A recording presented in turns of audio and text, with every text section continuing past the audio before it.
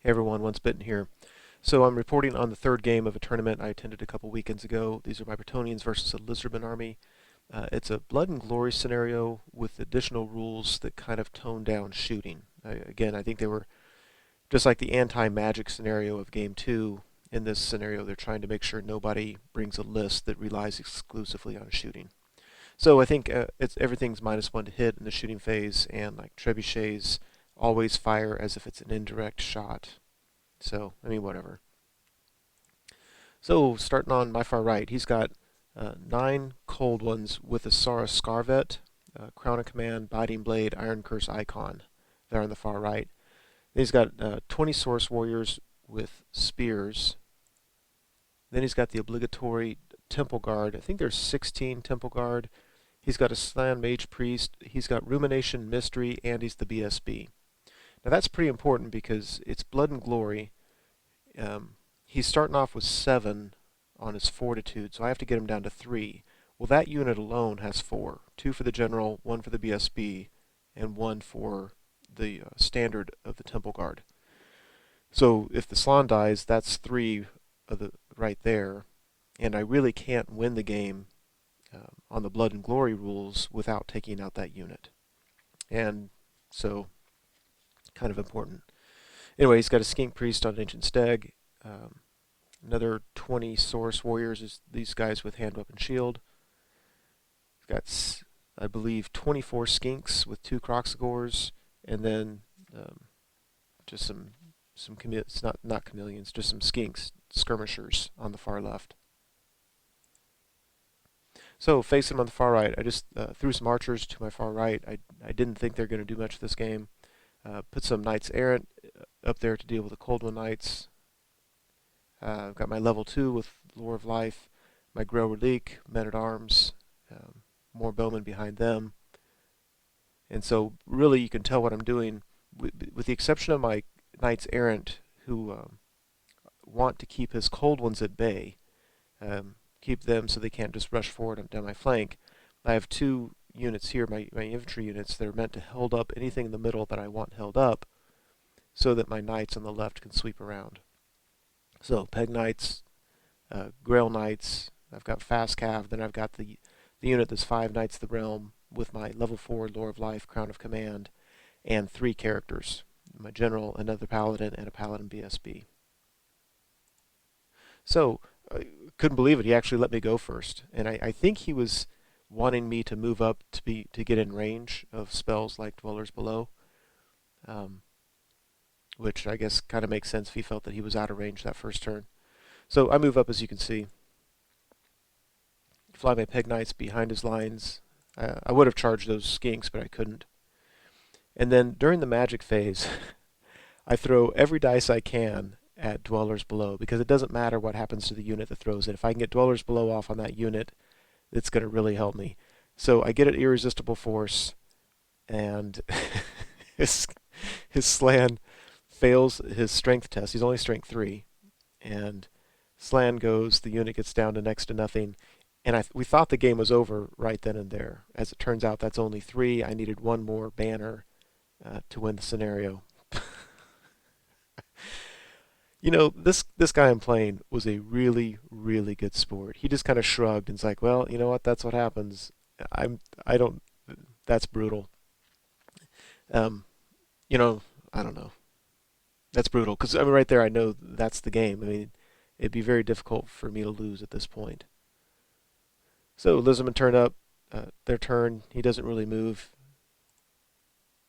Over here, his Cold Ones, I think, either failed stupidity or they tried to charge my Knights Errant and failed. Either way. So we go to Brett turn 2. My Knights Errant on the far right, they tried to charge his Cold One Knights. They failed their charge. I went ahead and took my Men-at-Arms through that swamp into his Temple Guard. I know that his Temple Guard are going to do a lot of wounds to my guys, but you know, he's down so weak now that I think I might be able to kill enough to to win that. I can take my characters into his Skink Priest. I'm going to get a challenge, my General, trying to get Heroic Killing Blow on the Steg. And then if you look in the far left, my Grail Knights and my Peg Knights go into the Croc Score unit. Now, ironically, the Croc Score unit doesn't have a banner, so that's not going to win me the game. And my general's unit going into the steg doesn't have a banner, so that's not going to win me the game.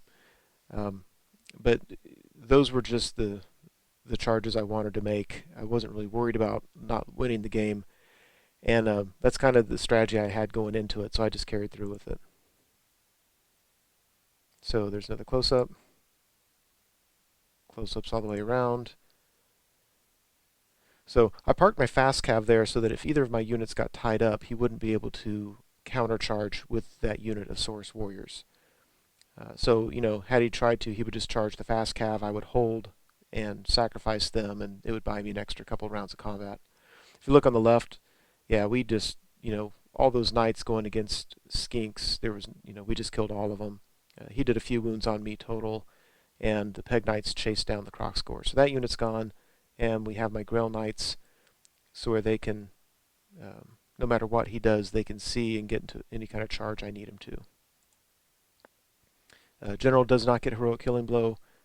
Takes 2 wounds from the steg, but it's a push there. And we go to Lizardmen turn 2. So if you look on the left, all he can really do is reform that unit of Saurus warriors, so he doesn't get charged in the flank. His Cold One Knights, again, I think failed. No, they didn't. No, they didn't. They charged my Knights Errant, and I fled. Because I really felt there was nothing to be gained. I've got the game won here real soon. I didn't feel like rolling dice in a losing proposition. So I can flee with them. Next turn, I can move my Grow Relique up to block his Cold Ones while I rally my Knights Errant. And if the game's still going, then I get the charge with my Knights Errant. So my General gets Heroic Killing Blow on the steg, and not only does that get the steg off the board, but it lines so that this unit can get a flank charge, just like my Grail Knights can get a charge, and that unit of Saurus Warriors doesn't stand a chance. So my peasants get beat down crazy how much they lost. I didn't think they'd lose guys that quickly, but they broke, but it's not going to matter. And I'm returning turn 3. The overall board looks like this. If you look on the right, the Grow Relique moved up. I rallied my Knights Errant, so if he charges my Relique, I'm going to get a counter charge on him on my next turn. Yeah, that's what that looks like. Yeah, in case you missed it. And this is the only thing that matters. So just taking everything in here, I really can't imagine them having any kind of chance at all. The only fear I have is the static combat, or the combat res he's going to get by killing my fast cav. So during the magic phase, I put the toughness buff on them. And when all's said and done, yeah, I think I either killed every single guy in the unit, or I think he had one guy left. And then he broke, and either the standard was already dead, or when he broke, it died. Either way, he broke, and that was the game right there. So one of the scenario bonus points where you had to have units in the enemy's deployment zone, more units than he had in yours. So that was another reason why I was really glad that when the Slan died, that didn't end the game, because I wouldn't have got any of those bonus objectives.